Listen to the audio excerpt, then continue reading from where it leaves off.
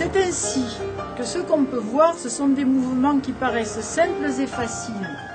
Ne vous y trompez pas, ce sont des années d'apprentissage qui les ont amenés à la maîtrise de leur art. L'an dernier, nous avions déjà évoqué le fait que ce slogan de Brandt dans les étoiles allait avoir accès à la postérité comme le clair de lune à Maubeuge. De fait, ça continue donc, puisque c'est la deuxième année, et puis il y en aura sûrement d'autres. Le Maroc-Sillé, nous êtes tous déplacés, malgré le froid, de dire oui. Je remercie tous les élus d'être présents, de venir nous soutenir, pour rentrer dans les étoiles, de venir soutenir aussi tous nos artisans locaux et ceux qui se déplacent pour venir exposer. Nous sommes particulièrement soutenus donc, cette année par deux instances importantes pour nous, puisque Brandt dans les étoiles, c'est malgré tout d'abord et avant tout une fête des métiers. Ici, c'est là qu'on se retrouve véritablement dans le milieu qui fait plaisir, c'est-à-dire voir travailler des gens de leurs mains avec de la qualité et puis beaucoup de cœur. Et en plus de ça, ils sont prêts à vous recevoir pour vous faire voir quel est leur métier, comment ils le pratiquent, et c'est tout à fait remarquable. Alors, je ne peux que souhaiter que Brandt dans les étoiles perdure dans le temps et que cette deuxième manifestation soit un véritable succès. Nous sommes 170 habitants, 180, sur 3 villages, et on s'aperçoit qu'avec de l'énergie et de la volonté et puis du plaisir, on arrive à faire de jolis projets comme Brandt dans les étoiles ou randonnée Printemps du Toulourin. Printemps du Toulourin au mois d'avril. 1, 2, 3, 4 départements, 2 régions, c'est pas toujours simple au niveau politique, administratif. Et la preuve que de tels événements peuvent regrouper tout le monde est un bon exemple pour les futures structures qu'on va mettre en place. Et c'est vrai, je pense beaucoup au Parc du Ventoux, auquel nous sommes très attachés. Brandt dans les étoiles est né d'une volonté de fédérer les métiers du village de Brandt et ceux de la vallée du Toulourin. C'est un mouvement qui se veut, à vrai dire, créateur, généreux, fraternel, c'est comme ça qu'on en parle dans les métiers, et populaire.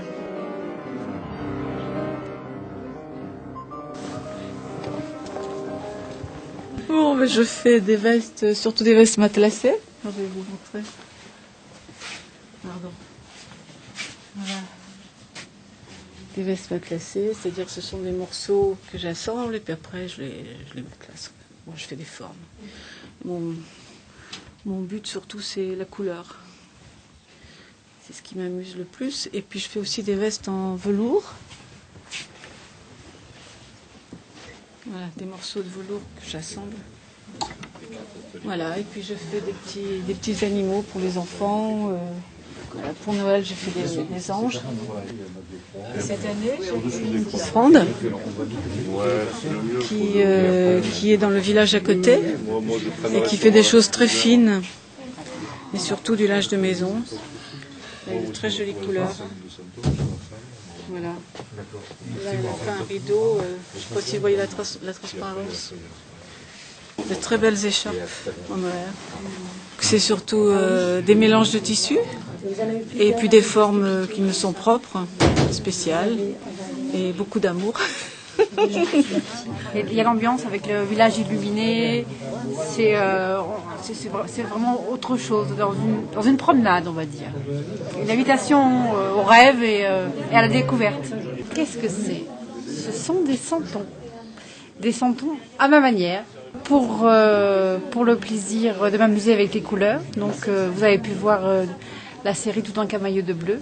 C'est juste pour le plaisir. Et puis ensuite, sur la facture des santons, c'est une facture un peu plus stylisée, un peu plus moderne, parce que je trouvais que ça leur allait bien de les rajeunir un petit peu. La tradition du santon est quand même touchante et j'aime autant respecter les personnages traditionnels plutôt que d'en créer des modernes. Je trouve qu'ils ont moins leur place.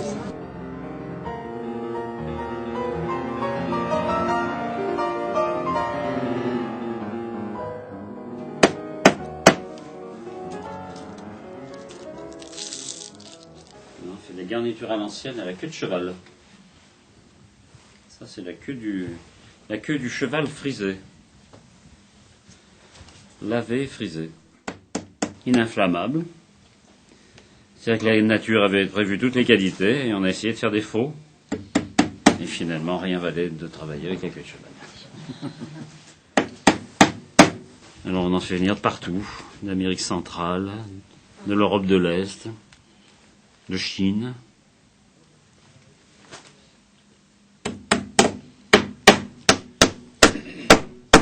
C'est faire découvrir nos métiers, que les gens sachent ce que c'est qu'encore travailler de ses mains, qu'on peut gagner sa vie, qu'on n'est pas obligé d'être bardé de diplôme. Mais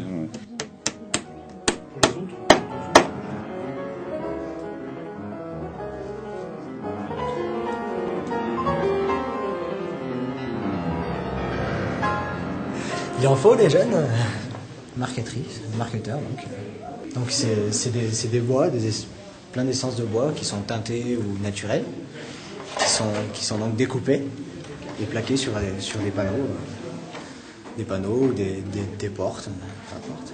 Tout est un peu difficile, mais on découpe tout pièce par pièce, on fait de l'ombrage, c'est beaucoup de patience, de temps, quoi, beaucoup de sillage.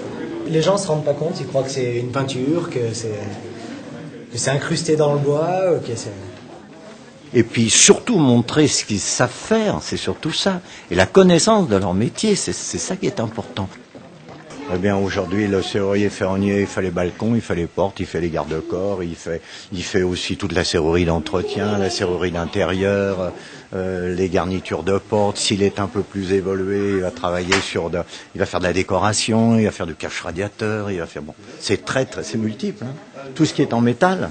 Et puis nous, en serrurerie, puisque je vous parle de mon métier, voilà, on a fait toute l'ornementation, les supports métalliques, qui sont en inox maintenant d'ailleurs. Sur un, il y avait 3 pieds coupés, ça tenait plus que par un pied, il était comme ça. Ça devenait très très dangereux. Et nous, on a travaillé à 14 ans, même avant 14 ans. Moi, à 12 ans, mon grand-père me prenait à la forge. Tiens, tu fais comme moi, je te donne un plus petit marteau, tu vois comment je fais, pan. On vous fait rentrer tout doucement dans et aimer ça, quoi. Donc ça, c'est formidable.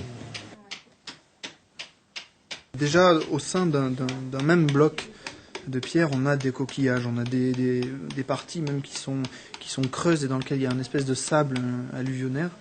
Alors ça devient très tendre, ça devient très dur. Ce sont des pierres calcaires, donc c'était le fond de la mer. En taille de pierre classique, ce sont des cheminées, des fontaines, des appuis de fenêtres, des tas de choses, des escaliers. Après, il y a plusieurs métiers dans la taille de pierre. Et puis là, ce que je fais là, moi, c'est un travail vraiment spécifique. Ces collages de pierre, c'est un travail que j'ai développé depuis pas mal d'années, mais qui sort vraiment de l'ordinaire. Donc moi, je fais de la décoration d'intérieur, c'est assez spécialisé.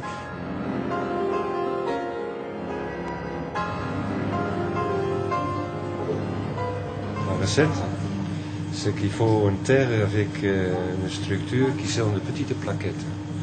Et ces petites plaquettes, quand on tourne, en les passant entre les doigts, ces petites plaquettes se mettent tous comme ça. Et ça fait que vous pouvez monter une maison de cartes en quelque sorte. Un pot est une maison de cartes. Toutes petites plaquettes qui sont tous imbriquées les uns l'un les autres.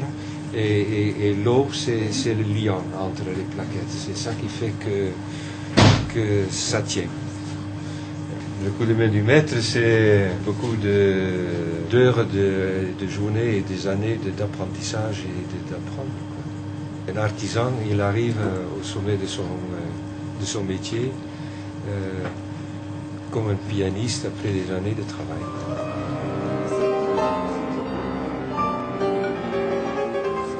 Ce qu'on appelle la faïence à grand feu, ça cuit en même temps. Le décor et l'émail cuit à la même température. Okay, ouais. Tandis qu'une faïence à petit feu, ils cuisent d'abord l'émail, puis c'est décoré sur un émail cuit, et recuit une troisième fois. Une troisième fois. Oui, parce qu'on cuit d'abord le biscuit, après l'émail. Ici, toutes les couleurs qu'il peut y avoir, n'est-ce pas? Vert bouteille, là il y a l'autre vert, bleu cobalt, rouge, jaune antimoine, rouge c'est une couleur particulière, c'est un petit secret, quoi. Alors on s'appuie sur le fil, ça permet de tirer aussi des filets et de tourner la pièce sans la toucher. Et alors s'appuie sur alors, chaque pinceau, chaque couleur a son propre pinceau parce que sinon on perd énormément de couleurs. Chaque fois nettoyer les pinceaux puis on retrempe, chaque fois c'est de la couleur qui se perd. Alors, elle s'appuie sur ce qu'on appelle un estarcite. Un estarcite, c'est une feuille comme ça. Vous voyez? Il y a le dessin avec des tout petits trous. Si vous le regardez, on fait la lumière, on le voit mieux.